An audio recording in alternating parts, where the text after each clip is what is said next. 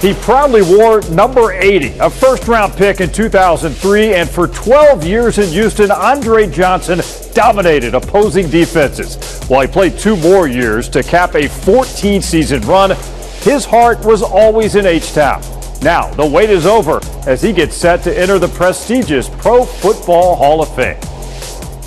Hi, everybody. I'm KPRC 2 Sports Director Randy McIlvoy. Welcome to another new edition of Mic'd Up with McIlvoy. Tonight, we spotlight Andre's road to Canton and what this enshrinement means to him. And later, I sit down with his former head coach, Gary Kubiak, who will present Andre on Saturday in Canton. Andre's waited for his time, and now it's here. Enjoy the conversation. All right, here inside of NRG Stadium, little conversation with the legend and the Hall of Famer himself, Andre Johnson. Good to see you again, man. Yeah, thanks for having me. This is the countdown to Canton is on. It's here. Man, describe what the last few months have been like for you once you found out that you're going to the Hall of Fame. I know it's been nonstop. Yeah. It's been kind of crazy. You know, just I've been to the Hall of Fame twice since since the announcement. I've actually been able to see the start of my bus, and just kind of moving around a little bit. A lot of love in the city, and it's just been great, man. It's been a great feeling, not only for me. I think it's just been a great feeling for everyone. Just to have that accomplishment and have that happen. Describe what it was like. I mean, I imagine you go to Canton. You dreamed your whole career of maybe getting there. Now you're there, late spring, making the trip. Did it kind of sink in a little bit more? Like, man, we're getting close. This is a big deal here. The first time I visited, it didn't really feel real. It was just more because we went for orientation. So they were basically telling us everything that was going to happen for the weekend. Yeah. What to expect. So it was pretty much just informing us of everything for enshrinement that weekend. And then the second time I went, they unveiled the banner that's on the side of the Hall of Fame. They unveiled our lockers. So they will be there the whole year until the next class come in. So that's the first thing you see when you walk in the hall. I think that's when it kind of hit me a little bit. Just kind of like, man, you made it. But I think before that, it was just more of just kind of like, I don't want to say disbelief, but it was just kind of like you're dreaming a little bit, So I think it hit me a little more the second time I went. Were those your first trips to Canton, or had you been prior to them? No, I had never been to Canton. So everything was a new experience for you. Yeah, it was all new for me. So it was my first time going. I always said I wouldn't. It's funny because I always said I'd never go to the Super Bowl unless I played in it, to the actual game. I always said I'd never go to the Hall of Fame unless, I made it. So that's, it happened, and, we'll see what happens in August. Growing up in Florida, right? Yeah. Did you reflect, since you've found out you're in and you're going, has it caused you to reflect back on a lot of those memorable moments as a kid where, I don't know, you're playing on the playground, catching passes with your buddies, thinking, I'm going to make it one day, I'm going to do this or that, and was this part of that dream for you? Yeah, I would say, I think, for me and a lot of guys that come from where I come from, I don't think we say we want to make the Hall of Fame. It's all about making it to the NFL and being able to take care of our families. That was probably the biggest thing for me. I never said I wanted to be a Hall of Famer. That was never, ever in my discussion. Tell me what, as you think of this journey to Canton, back at people that made a difference in your life, I want to ask you about your mom. Yeah. For sure, and any family members that, helped guide you to be the man you are today. Yeah, I think I wouldn't be where I am if it wasn't for my mom and my uncle, a few of my uncles actually. Yeah. I had some great people around me, great coaches, Little League coaches, just teachers in school that, even when I was, at my worst, they saw something in me, to push me to be better. So very thankful for those people. Had some great teammates also, in high school and things of that nature who pushed me to be better also. So, just to have this moment and talk to those guys and, family members about it, everyone's super excited. So yeah. It's a great time for everybody. Back on your career, and you and I have spoken many times over the years, but the numbers you put up, obviously beyond Hall of Fame worthy, but when you look back at your tenure, 12 of your 14 seasons right here in Houston with the Texans, you never played with a Hall of Fame quarterback, right. Yet you still managed to put up numbers. When you look at your road to Canton, that makes it, at least to me and many others, even more impressive, the numbers you're able to put together. Yeah, I hear a lot of people, and I get it a lot, just when I'm around sitting with friends or, we may be, just out somewhere and just talking about football. And everybody brings it up, man. What if you played with a Peyton Manning or Tom Brady or, I don't really, I was fortunate to actually play with some great quarterbacks, I feel, in my opinion. Mm-hmm. Playing with Sharp, playing with the Sage Rosenfelds, Case Keenum. Those guys were able to, get me to football and help you get your production. Help me get my production. So no doubt. Very thankful, to those guys because without them I wouldn't be where I'm at. So it could have been great to play with a Peyton Manning, Tom Brady, or whoever else, but I'm playing with who you were getting. I always tell people, you got to play the hand that you're dealt. Right. So, like I said, I'm very thankful for those guys. Great friends, great teammates, and I'm super, super excited I get to share this with them. You began your relationship with this city when they took you in that 2003 draft. What has this city meant to you? Has it far exceeded your expectations from when you heard your name called and you knew you were going to be joining the Texans? Man, I could be honest. When I was drafted here, I would have not expected what this relationship, the way I was accepted, the love I have here. I could say and honestly say I would have never thought it would be like this. It's been a great ride, a great journey, a great relationship. That's why I'm still here. I made Houston home, but it's been a truly, truly amazing, and I'm just super excited, for the fans here that they get to share this with me. So I always tell people the Hall of Fame wasn't just about me.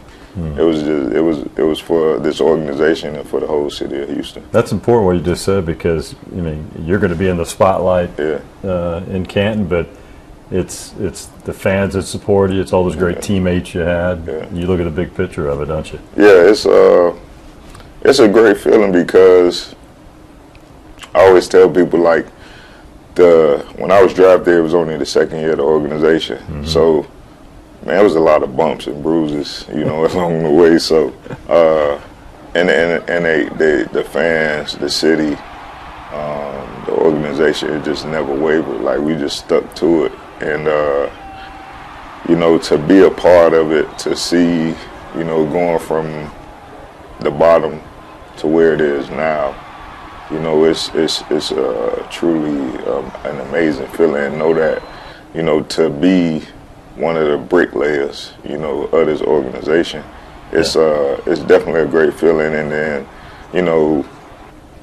having CJ win Offensive Rookie of the Year, having Will win, you know, Defensive Rookie of the Year. D'Amico should have won Coach of the Year. Right. Me going in the Hall of Fame, all at the same time. You know, it was to be on that stage and, you know, have all that happen, man. I was so excited, just not only for us, you know, as an organization, but for the whole city. It was just like, you know, we were, you know, it was like all that hard work, all that stuff we went through is, you know, it's coming to light now. So super excited for what's to come for this organization. I want to ask you about induction day and the guy that's going to be presenting you, Gary Kubiak. Yeah. Tell me what he has meant to you, enough obviously that you want him in this role, and I know he didn't waste a second accepting that opportunity. Yeah, it's funny, man. I always tell people I feel like my career took off once he got here. He after his first year, he came to me, you know, after the season, and he was just like, Dre, you know, you're gonna have to learn, you know, everything about this offense.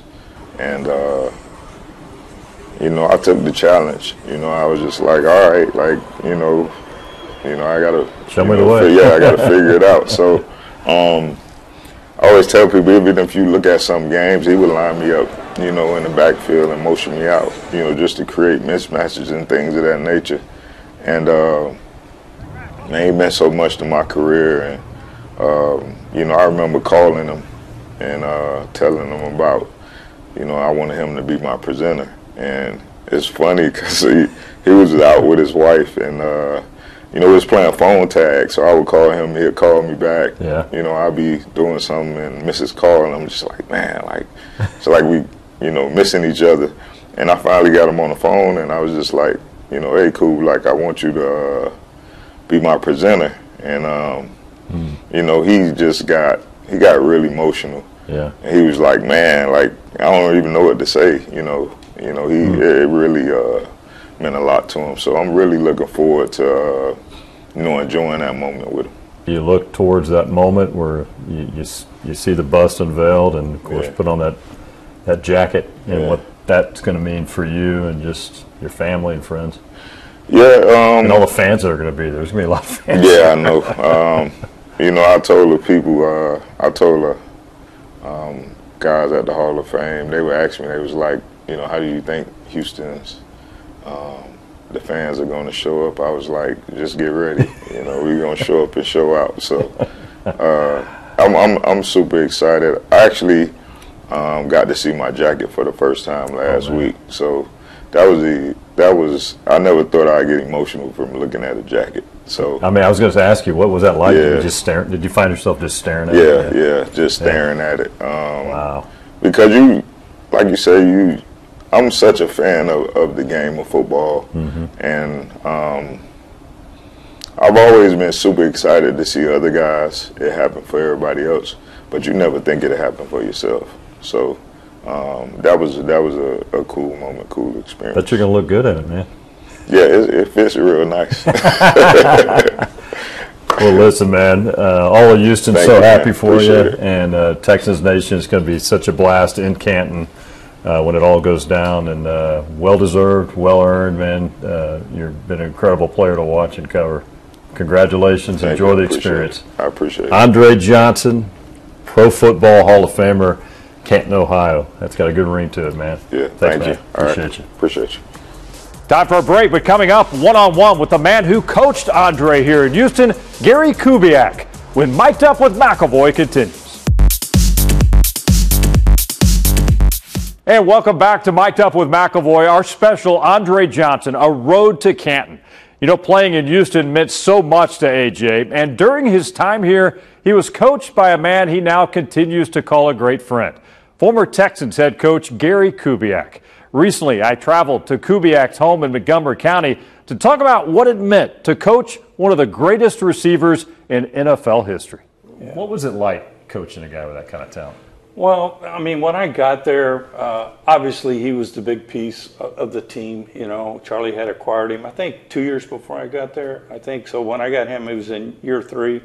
But you know, as a coach, I think you're always, you know, you go someplace, you're trying to figure out about your group or what they stand for. And the thing for me, the minute I met Andre, I mean, just all business, you know, all about what can we do to make this thing successful. But probably the first time I ever saw him practice is when I knew this guy was something special. I've been around some Hall of Fame players, fortunate enough to do that in my career. And I told the coaches real quick, I said, hey guys, you know, I know we got a long way to go, but this guy's special now, so we got to build around him.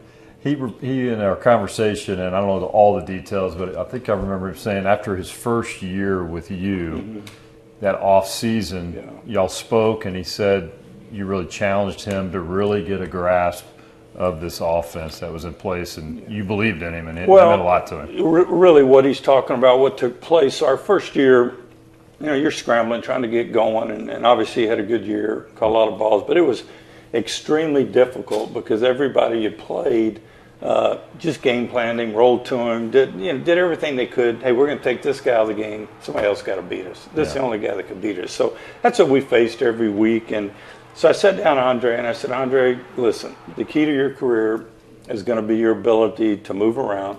So I'm going to really challenge you mentally. I'm going to play you inside, outside. I'm going to put you in the backfield. We're going to do everything with you because I got to get you the ball for us to have a chance. And the best way for me to do that is to make it hard for defensive people. So I can honestly say it's probably the first receiver, first player from that standpoint that I had that I asked that much of. And you see nowadays for these guys to have these amount of catches and stuff, that's what you have to do because these coaches you coach against are so good. So he responded. Andre could walk in a meeting room without a pen and paper and just listen to you and take it right to the field. He had the IQ of a quarterback, and that's why he was such a great player. Was that with receiver having that kind of the way he approached things? Was that rare? I would say it's pretty rare. I mean, you know, I'll give you a great example here. A couple years ago when we drafted Justin Jefferson, the first thing I told Zimmer and Rick Spielman was, this guy reminds me of Andre because he has this football IQ when he plays, and he can play everywhere and be successful. He's not a slot guy. He's not an outside guy. He's a great football player. And that's what Andre was. I mean, just, hey, I'm a great player. Tell me what you want me to do, coach. And it was my job to get him the ball. Such a quiet guy. What was your first impression? Talent aside, just, I mean, he is a quiet guy. And as you said, he takes in a lot, and it's all up here. He knows it. Quiet but confident. I mean, you know, if he spoke, when he spoke, everybody just turned their head, you know, because he didn't do it too much. But the first thing that I would tell everyone is throughout my career, some of these guys I've run across, whether it was Jerry Rice in San Francisco, you know, whether it was Sharp or Terrell Davis and Denver, players but all of those great players, Randy, all of them, they all have the same work habits, and they're tremendous. And when you went to practice, this guy was off the charts. I mean, this guy set an example that people couldn't keep up with.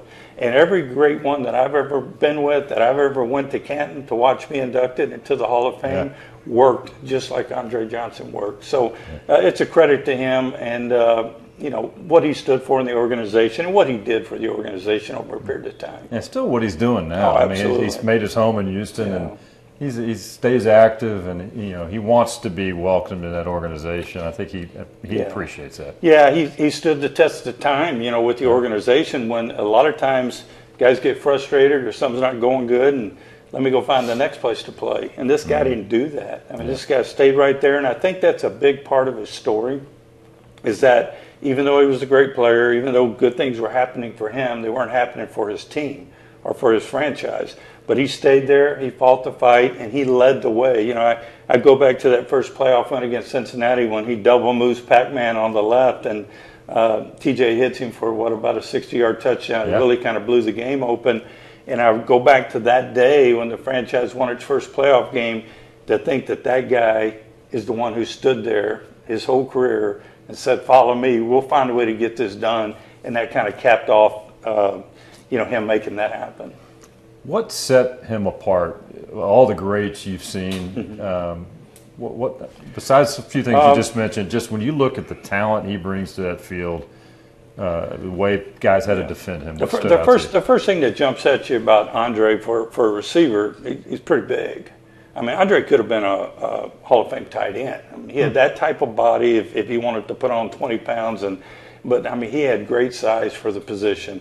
He was extremely powerful. And what I mean by that is if you played off of him as a DB, Andre's stride and his power would get up on top of you and scare the hell out of you in a heartbeat. So if you change your tactics and you went up there to bump him, well, he would throw you all over the place and beat you. So he was just he was an extreme talent with his size, his power, his speed. But I'm going to go back to his football IQ and the way he understood the game, the way he understood coverage, the way he understood route-wise what you were wanting to do with him as a football coach.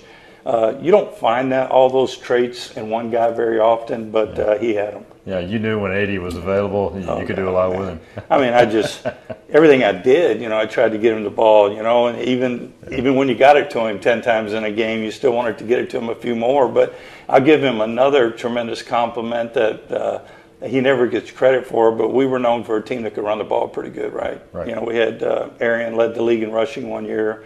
Matt led the league in passing. Andre led the league in receiving. So we had a nice combination there. But our entire running game, when we game planned it, was all about where we're going to put Andre to run the ball. Because if I set him in the slot or something or left and we get rotation that way, it helped us run the ball to him because he was constantly getting double teamed. So I mean, he was about everything we did. Whether it was running the ball or throwing the ball.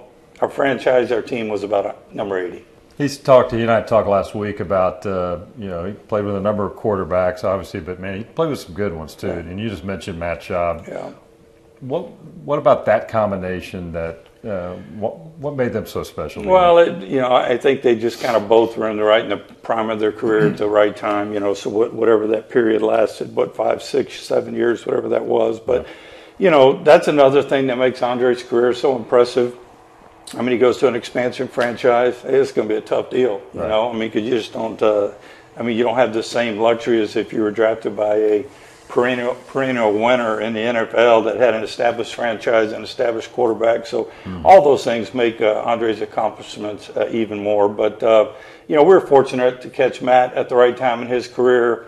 We became a pretty good football team just, when we got Wade and got better on defense and we're pretty good up front offensively. So, all those things came together for that period of time, my 8 years with him. I think other than the 2 years he got hurt, I mean, he put up numbers that were unbelievable. I mean, averaging almost 15 yards a catch for me during that span.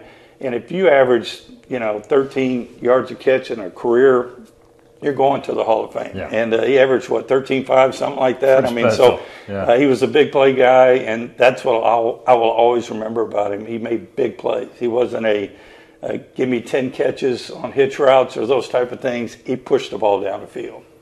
Well, he got the news, of course, several months ago, and now it's all going to go down August 3rd in Canton. I want to ask you about the decision he made.